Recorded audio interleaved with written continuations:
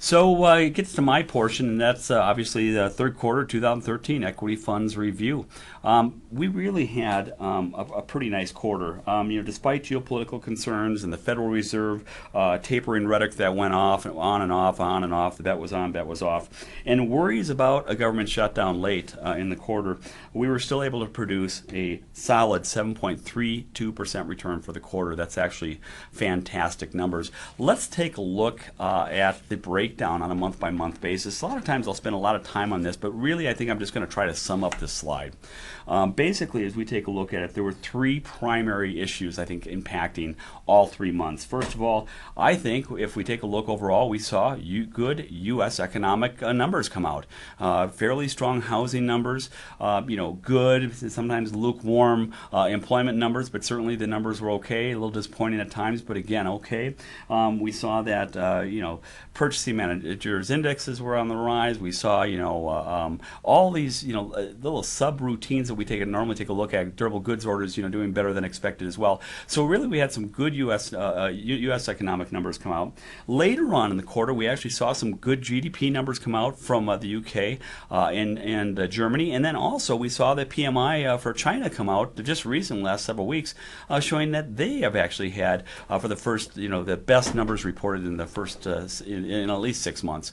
So that's really been, quite the story. On the flip side, I think what really has kept investors at bay during this time period has been the geopolitical concerns. First, it was Egypt, military ousting its president, and then second, of course, was the Syria using chemical weapons on its own people. And of course, people waited to see what the United States response was going to be. And during this time, we actually saw a couple things happen. We saw that gold went up. We saw that there were kind of defensive issues went up because people were concerned by the U.S. saber rattling that was going on. So there was this tale of two cities. We had good U.S. economic numbers coming out. They weren't really strong, but again, then we saw the geopolitical concerns, and of course, we had the Fed waving its tapering flag and the intermittent taper tantrums that were going on over the last several months, and of course in the previous quarter as well. So that kind of brought us to where we're going. I mean, we saw 2 out of 3 months show great returns. 96% of the universe was on plus side returns in both July and September, but we saw kind of a mixture of what was going on. Remember, I told you that gold was on the rise, 11.78%. This was a defensive piece. We also saw that oil was on the rise during that period of time as well. So we saw some related, global natural resources do well. If we take a look at some of these abbreviations, obviously DSB, Dedicated Short Bias Funds, they were at the bottom of the barrel in 2 of the 3 months as well, as we'd expect. But equally, what we saw was dividend payers take it on the chin because these, rise in interest rates. We've seen a really phenomenal rise in interest rates over the last, several months. And if we look at the 1 year period, it's up about 108% as far as the 10-year Treasury goes. So, but we saw that interest rate sensitive securities or funds actually did poorer in comparison to some of the other groups. Again, very, very strong period for us to take a look at. But overall, the story has been that we saw people invest internationally, but it wasn't always the emerging markets that we'd been talking about in prior quarters. This time it was really developed world markets that did well, and certainly the story will play out. One of the big pieces you're going to see is India has been taken on the chin for quarter after quarter. People are worried about inflation. They're worried about the rupee declining. They're worried about the slow growth. They're only in the 4 and 5% when they were double digits like China.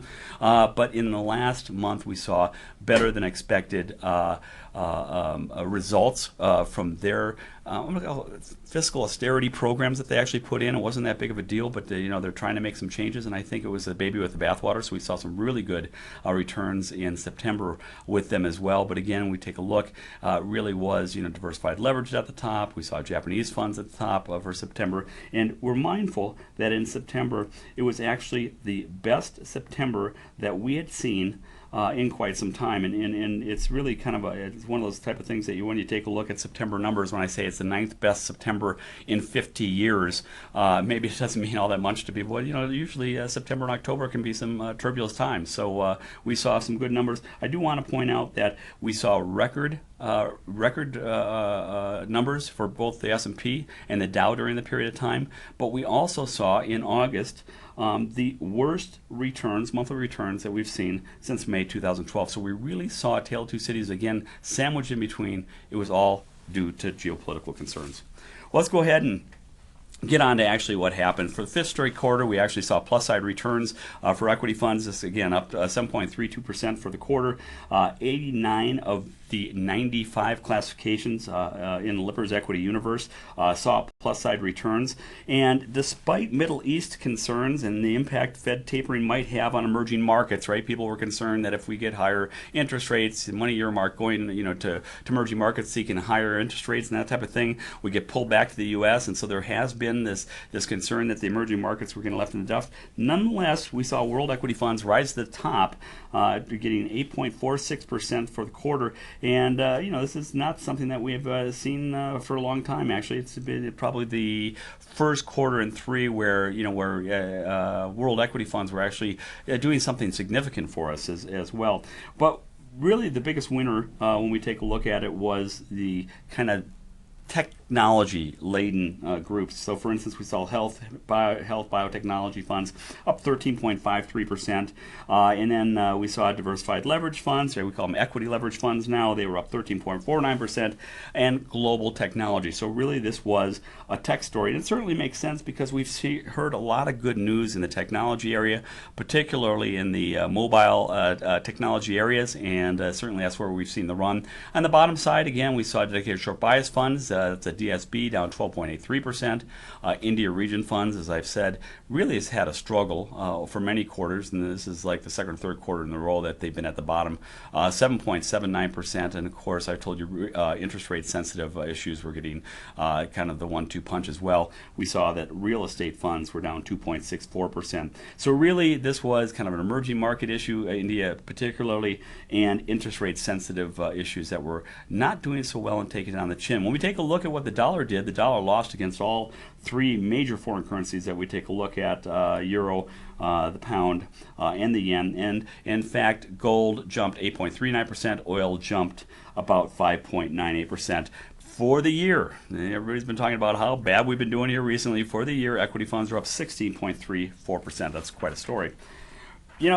United States diversified equity funds have been really the talk over the last several quarters that I've been doing this presentation, and they just recently got knocked off their perch. They ranked second for both the quarter and for the month of September as well, and again surpassed by world equity funds, which we just talked about. But it is the second best quarter that they, the second best performing group out of our four macro groups. But when we take a look at it, here's that story about growth-oriented stocks that we were talking about. Certainly the technology side doing very well. We saw techs and biotech issues actually, przing the classification up. Diversified leverage, obviously at the top. Anytime you use leverage, you got fantastic returns. 7.31% generally for USD. Certainly, we're going to see the equity leverage funds up a nice sum, and we certainly did. But if we take a look, and we'll see this in the slide in just a moment, growth funds were actually the name of the game with the best performing classification in that group of 12.74 was small cap growth funds. It's funny because the diversified leverage, this was the first to worst concept, right? Last quarter when I was talking about it, diversified leverage was at the bottom. This time we see dedicated short bias funds at the bottom. So really both dedicated short bias and equity leverage funds have a tendency to flip back and forth pretty rapidly. That's been really quite the story. If we take a look overall though, when we take a look for September, the macro group was up 4.22% and it ranked number 2 as well. And really the same story applied. The average return for United States diversified equity funds is up 21.25%. So whether they got kicked off their perch or not, up 21.25%, second best quarter in quite some time, 7.31% as well, is certainly nothing to scoff at. Well, this is what I was talking about when we take a look. Can you hit it one more time? Thanks. We saw that growth was at the top, and certainly that was a story that we saw consistently. In mobile computing, when we broke down and looked at the Lipper active indices to see where was the money being made, it certainly was in technology and health biotech. We'll talk about that in a second as well. But certainly mobile computing was certainly the area that made the difference, and we found that merger activity, by the way, in the small and mid cap groups for the biotechnology was also one of the issues that caused growth funds in that small mid cap area to rise to the top. And as we take a look at this, for the third consecutive quarter, small caps are at the top. Now, I don't know if this is, quite earth-shattering news. I mean, again, I was telling you that small cap growth funds were up to 12.74%, 10.19% though for the small cap group. But what was interesting was a change from the last several quarters where we were reporting value actually beating core and growth. This time we have growth soundly beating both core and value, and it's the first quarter in 6 in which we've seen growth actually rise to the top. So this has been a change of pace, and again, we give it back to heavy weighting in information technology, healthcare, and industrial sectors as well. Looking at the 1 month doesn't change that much. This is the third month in a row that we've seen growth at the top. So obviously that's what pushed them around and got them to be the best quarter in 6. But also for the fourth month in 5, we saw small cap funds up as well, about 5.93%. And again, when we dug down into the Lipper active indices, at the top of the charts were information technology, industrial, and healthcare stocks. And of course, it not only had to do with their weighting, which was quite heavy in those 3 sectors, but also the very strong performance that we were able to witness as well. So sector equity funds, top performer, and also the 3 worst performers in the group for the quarter. So at the top, as I told you before, health biotechnology funds, that's the H, is up 13.53%. Global tech is up 12.85%. And technology funds are up 11.90%. So this is something that we've seen, like I said, growing over the last several, when we talked about Apple earnings and the like, it's something that they've been talking about for quite some time. But now we saw this actually go down into the health biotech and even smaller cap issues, certainly helping propel sector equity funds. Now, anytime we talk about having the top and we only had a 5.28%, is we had to have something down at the bottom dragging us down. And of course, real estate funds were at the bottom. And then we have new names. So we're taking a look at AMF, and those are alternative managed future funds, down 2.57%. And then commodity specialty funds, which is basically the short and leveraged groups that are using commodities, at the bottom, down 2.55%. That certainly made sense to us when we were taking a look at it. With saber rattling going on, and the Middle East having some concerns, we see the global natural resources actually added 10.84% as well. So again, taking a look at the sectors, that were at the top of the group certainly made sense. And at the bottom, again, we were talking about interest rate sensitive groups that were probably getting a 1-2 punch and improved slightly towards the end of the quarter. Particularly when we look at September, they were dragged down by, again, crude and gold, because in the last month of September, some of that interest rate concerns obviously faded away when the Fed decided not to do any sort of monetary, taking away monetary easing for at least for September. Who knows what will happen in November, December, but certainly that was a relief as well. And so we saw some of the pressure that was caused by gold and the commodities, precious metal groups, and even the commodity energy funds, doing a big slide. So down 8.92%, down 5.26%, and down 2.59% respectively. The group is up only 8.13% year to date. But again, when you take a look at some of the big sliders during the month, we had commodity funds really struggling. Even agricultural funds were down because of the problems with coffee, wheat, and some of the other soft commodities as well, not doing that well. And then certainly we've all talked about that over the last several quarters. So one thing I wanted to point out before we continue on, so gold was down about 4.99%, and we had oil prices down about 4.94%. So certainly that's reflected in those September numbers as well. And if we take a look here, really kind of the big story is at the bottom where I didn't circle, and the bottom basically is just saying the commodities and dividend payers kind of took it on the chin. And it's something that we've been talking about. Obviously, the health, biotechnology, and technology story, which I did circle at the top, and the change in natural resources over the quarter. Again, we saw it decline in September. Certainly was helped, though, with gold and oil basically earning some of their money back after losing so much over the last several quarters. So for the first quarter and three, as I told you earlier, world equity funds are at the top, returning 8.46%. Certainly the story here was better than expected GDP reports coming out from Germany and the United Kingdom. Also, if we take a look, China came out and said basically that their PMI was above 51.1, which I think everybody knows when you take a look at the Purchasing Manager Index, anything above 50 is considered expansionary. That bode well for the global view, but people really still are shrugging off the emerging markets and are more concerned about putting their money in more developed countries. And we see this at the top, where we see European region funds taking a very strong return, 12.49%, followed by international small cap value and international small cap core funds earning about 12.25 and 12.05% together. Remember, I was telling you India regions meltdown and long-term, again, decline in the rupee, and generally their growth coming in again of 4 or 5% versus double digits that they had last year. Down 7.79% for the quarter. I don't think it's all that surprising. As you can see, Latin American funds were the next worst performing, but they actually were able to put together 4.53%. If we take a look, that changes a bit when we get into September. Still the top group, by the way, for September returns, but the India region funds up 9.85%, and certainly that helped keep their quarterly returns looking a lot more respectable than they did. Japanese funds up 9.69%, Latin American funds up about 8.25.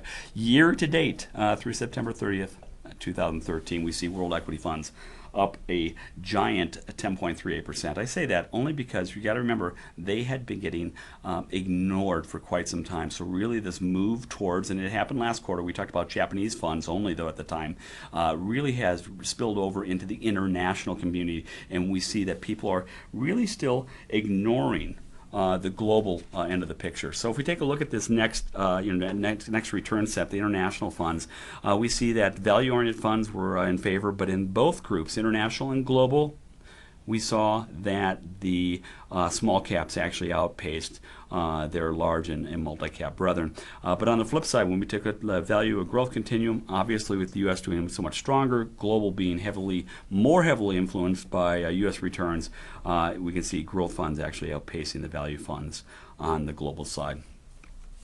So as we take a look at this, we see that European region funds are at the top, international, and international, right? I don't even have to go into small, mid, and multi and large. The basic theme here is, again, developed world market funds at the top, and if you take a look at the bottom, it really still is the emerging markets still doing okay. With the exception of India region funds, but still at the bottom, and people are still a little bit on the scared side on that. So that brings us to basically our, let's go back to that one more. Thanks. That brings us back to our mixed asset funds, and our mixed asset funds did fairly well, up 4.03%, in September up 2.81%, but let's keep in mind that for the year that they're up 7.83%. The reason I bring that out right away is this is a combination of fixed income and equity, and with the exception of some big moves in September, we thought there could be some problems with the fixed income side of the portfolios, right? So they're heavily weighted towards the fixed income side, but really I think most investors are going to be able to open up their quarterly statements and not be too disappointed with the total return for the year. Getting about an 8% return for mixed asset fund year to date certainly is a handsome alternative. We only had one negative in there. There's alternative global macro groups. We will talk more about these new classifications again in just a short while, but one of the things that I like to do is to talk about why I always bring this up and why I feel this is important. When we take a look at these numbers, and we're taking a look at the idea of net flows, really a lot of money is going into this group. Let me give you an example. Year to date through August 31st is going to be a little bit different than we're used to talking about it, through the quarter. This is actually be 1 month shy. We saw that there was only about 36.2 billion in net new money going into United States diversified equity funds, about 25.5 billion going into sector equity funds, 88.8 billion going to world equity funds. But in this mixed asset group, where a lot of people are, setting it, forgetting it, and also because it's a default investment, QDIA, is mixed equity funds have taken in $151.7 billion. So of the $302.3 billion net new money going to equity universe, 151.7, about half is going into mixed asset funds. So it's something that we all should keep an eye on and understand what's going on with them as well. So let's go ahead and talk about what's ahead, though, and the concerns that are in front of us.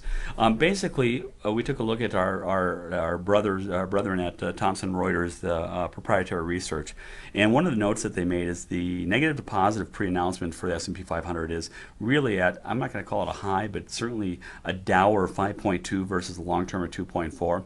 A lot of people, though, that I've been reading basically are saying, listen, is this just employers or is this just companies basically wanting to look good by giving us, warnings? Hey, we're going to make sure you guys don't, pull the trigger, we jump into our stock, and then when we actually announce, we're going to look like kings because it's a better number. But in any case, we see this kind of dour number of the negative to positive pre-announcements for the S&P 500 actually doing worse, and this has been a trend we've been seeing over the last several quarters. The Fed may start removing their quantitative easing as soon as December. Certainly that's a concern. And I think really the major concern was markets were confused by the mixed message the Fed sent. People said it was this way, basically that the Fed was catering to Main Street rather than Wall Street, which is not bad, but certainly I think it had a lot of investors confused. And it really brought up one of the papers I saw. I was reading, and he brought it up, and they said this is kind of like Hotel California, where it says that you can check out any time, but you can never leave. This is going to be a hard thing for the Fed to do, to be able to actually start removing this quantitative easing. There's going to be some hiccups in the market, and certainly I think they added to that confusion as well. And by all means, I think one of the biggest issues that are facing us, counting on uncertainty, is the government shutdown, our budget and debt ceiling, and with that, we don't even know what the jobs reports were, right? They didn't come out because that was part of the shutdown. On the flip side, I want to be a little bit more positive. Personal income increased 0.4% in August. This is actually a pretty good number. The housing market has shown some signs of resiliency and, in fact, improving. I think what we saw was August sales up about 7.9%. That was new home sales. And certainly that's a good part of the coin, because a lot of people are saying that we were going to have problems because of rising interest rates and mortgage rates, and people weren't going to be buying. Lo and behold, they are still buying. Certainly that's something we'll have to keep an eye on. And of course, the September ISM manufacturing number rose 56.2%. That bodes very well. And while the ISM non-manufacturing index was not quite as robust, it actually missed expectations, came in at 54.4. It was still above that expansion contraction line as well. So I think as we look forward, one of the things that we're going to keep an eye on is how the government shutdown might impact consumer spending. And certainly there's a lot of naysayers out there that believe that's going to cause a pretty big impact. I think if we take a look at the personal income that we just mentioned as well, there's no evidence that sequestration or even the payroll taxes influenced personal income. And so if we take a look down at the government shutdown, granted that it's not too long, I don't know that we're going to see the big impact. I saw something on Market Watch today. Basically, they thought, if it was down for a month, that we'd see a 20% decline in personal income and spending. I just don't know if that's going to be true or not, but certainly we'll keep an eye on that. Well, that's it for me. I'm going to go ahead and hand off to Jeff, and he can talk to you about the fixed income unit.